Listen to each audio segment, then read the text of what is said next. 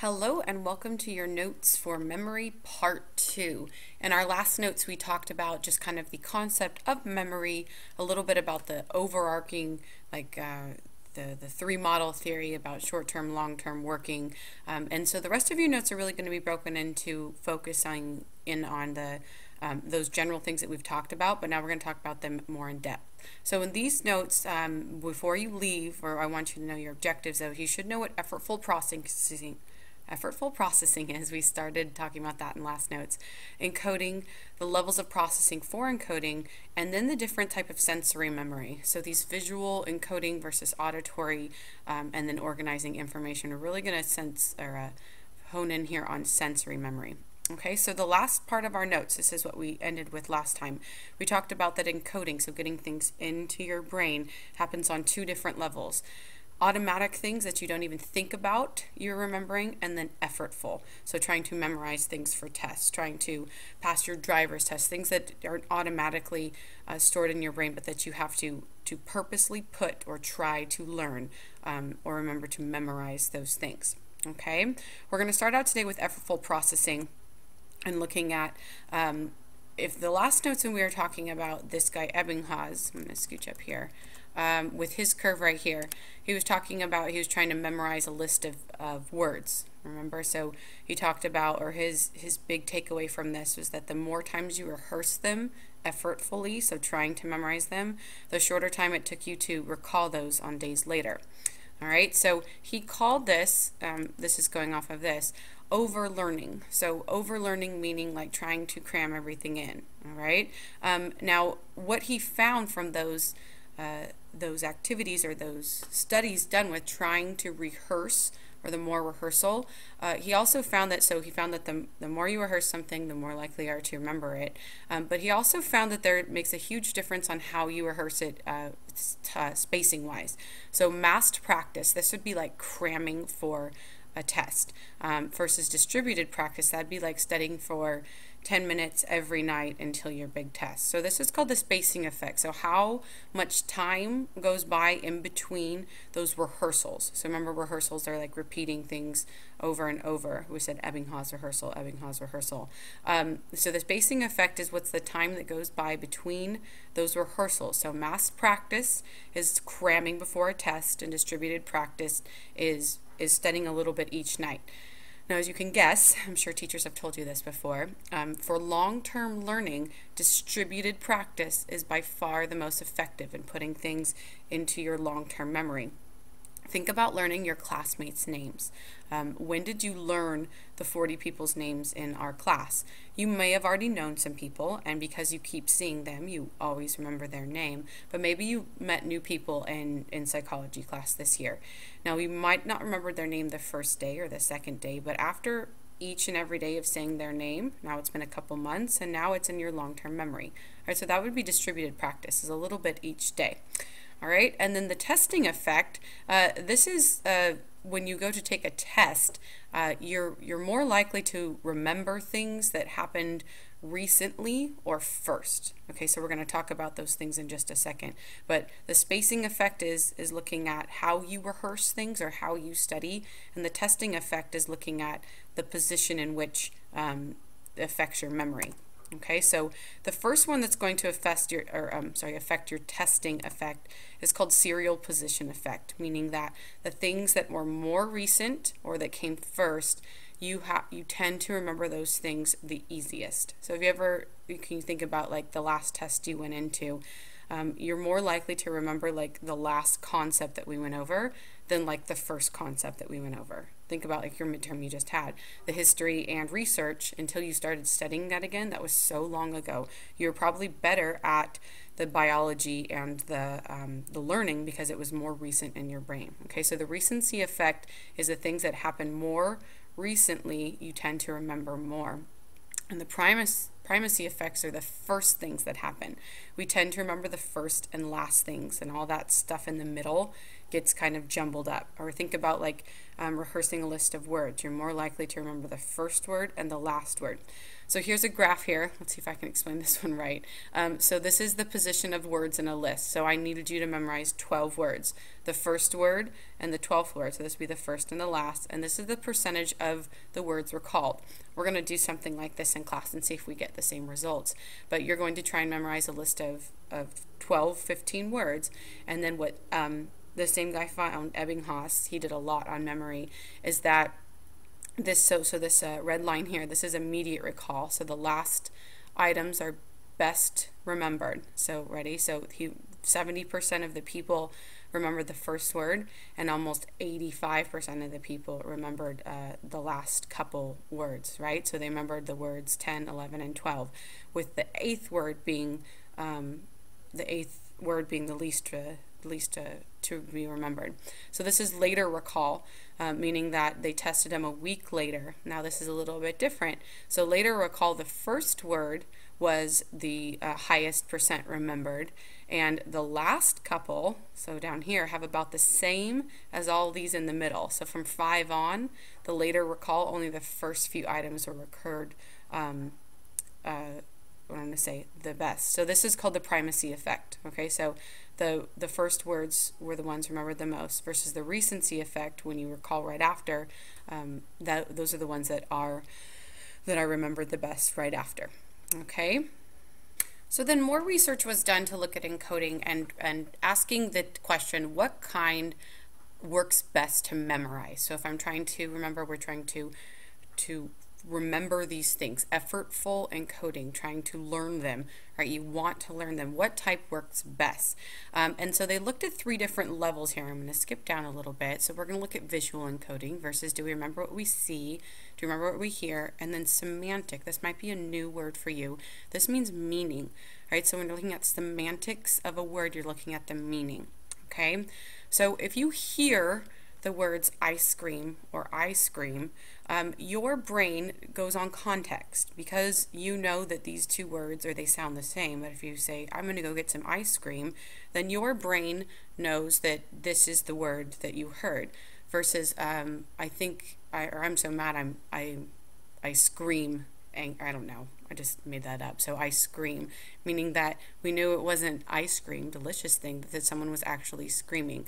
So we encode the meaning of words based on our long-term memory. Remember, we talked about when we're encoding, our working memory is working with our long-term. So that's like the meaning. I understand the meaning of that word because in my long-term memory, I know like the context of it. Okay, so those levels of processing, so that's semantic encoding. So the level of processing, we're going to look at visual encoding. So those are things that you see. Do you tend to remember and encode things that you see, that you hear, or that has meaning to you? All right. The self-reference effect is this memory thought that we tend to remember things that we feel apply to ourselves. This is very true in Western cultures. So these types of memories tests have been done in different cultures. In our Western, like egocentric cultures, we have a tendency to remember things that we feel apply to us. Okay, so let's look at the 3 different types of processing: visual, acoustic, and semantic. So we're looking at the type of encoding that happened and the percentage who recognized the word later. So when there was meaning made with the word, almost 90% of the people remembered that word later. That's huge. Can you imagine remembering 90% of the information on a test always? And think about that. Like when it has meaning to you, when you understand it, you're more likely to remember it. That's why we try and get away from like just trying to memorize things. Or when I say make a personal connection to it, you're more likely to remember it later. Versus things that you hear. So when you acoustically try and remember this, it's better than visual. Kind of spoiled that. But so almost 60%. This is when you try and think of rhymes with. So you're trying to remember the parts of the brain, and you are like doing that. The 4 F's, and trying to make these like mnemonic devices to help you remember. It's helpful, but not as helpful as if you actually knew the meaning of those words. Versus the visual, so things that you see, you only remember about 15% of. So if you never make meaning of them, if you're never trying to make them rhyme or to have some type of kind of catch in your brain, you remember less than 12%. This is probably why most teachers ask you to, so put this in context of you trying to learn this information right now. If you just write it down, or if you just even look at this PowerPoint, are you going to remember a lot? Probably not. If you have some type of acoustic device, so we write it down, you have some type of acoustic device, or you're trying to find out these mnemonic devices, you'll remember more. Versus if you actually try and make it meaningful, or figure out the meaning of something, you remember more. This would be that interaction with our notes. When I have you talk to your peers and figure things out, you're more likely to remember things that you understand. Shocking, right? Okay, so let's look at some more with a visual encoding. So visual encoding, we're going to talk about two different types, so the imagery and the mnemonics. So visual encoding,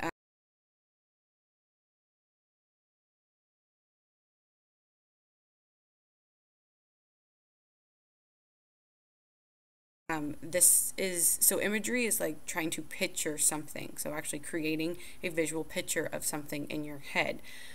This tends to be what I'm going to say, inaccurate types of memory.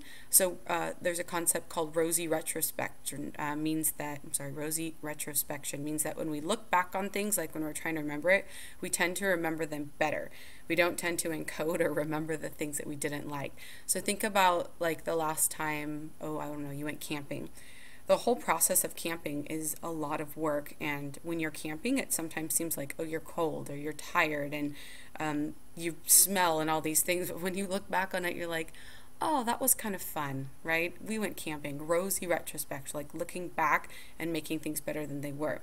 And then mnemonics, this is the type of way to help you remember different things, and we're talk about, so it's mnemonics, meaning like rhyming with words. We're going to talk about the peg-word system in class, so I don't want to spoil that too much because we'll do an experiment with that. So peg-word system, though, is when you have like a word that you associate with cereal. Cereal meaning like the order in which it happened. So 1, blue, 2, shoe, 3, tree, and then adding things to those. So if you need to remember like the 3 things you need to remember at the grocery store. So if you remembered 1, blue, 2, shoe, 3, tree, so you might say that 1, blue, carrots. You remember blue carrots.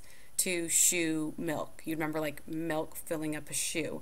And then 3, toilet paper. You remember toilet paper in a tree. So visually you're looking at, or you're trying to remember, okay, there's a blue carrot, there's milk in a shoe, and there's toilet paper in a tree.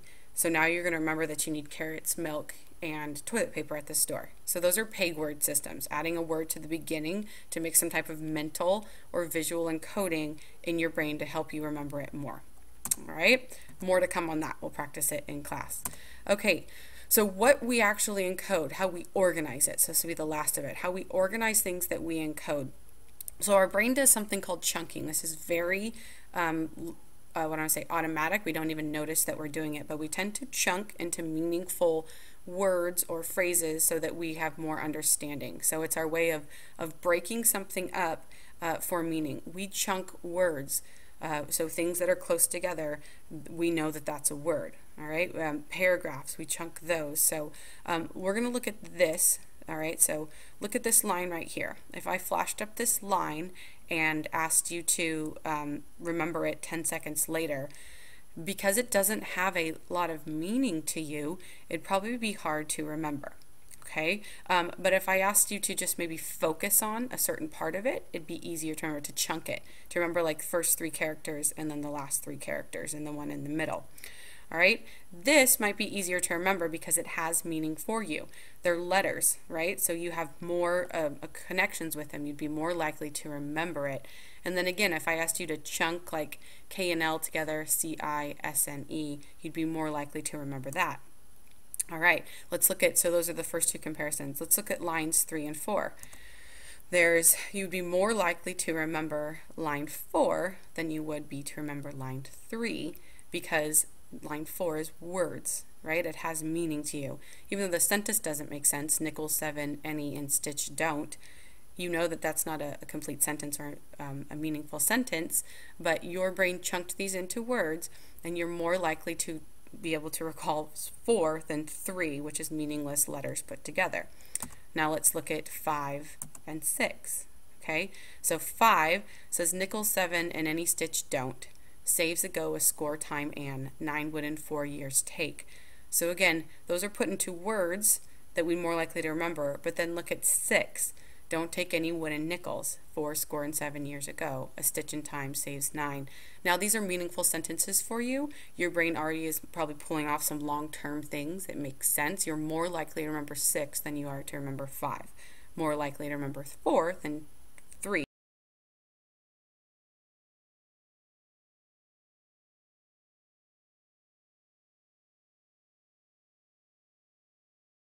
And more likely to remember 2 than 1, because things that are more familiar to you and that are chunked in your brain that already have meaning, you're more likely to encode them and be able to remember them.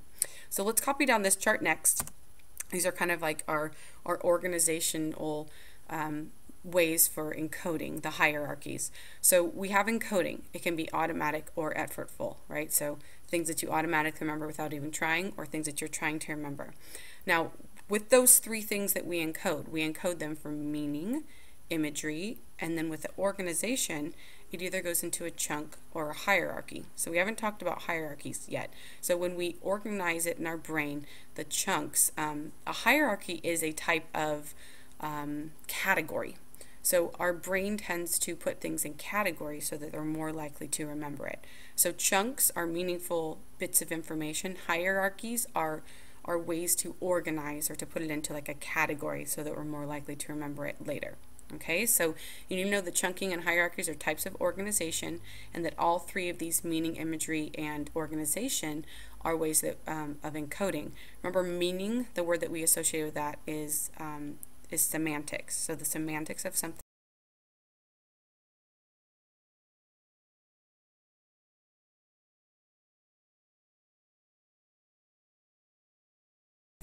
is meaning. Okay, so in our next set of notes, we'll focus on sensory memory, working, short-term, and long-term. So taking those things that we've actually encoded and figuring out where they go, whether they're in our sensory memory, our working, or short-term, or our long-term. Have a good day. Last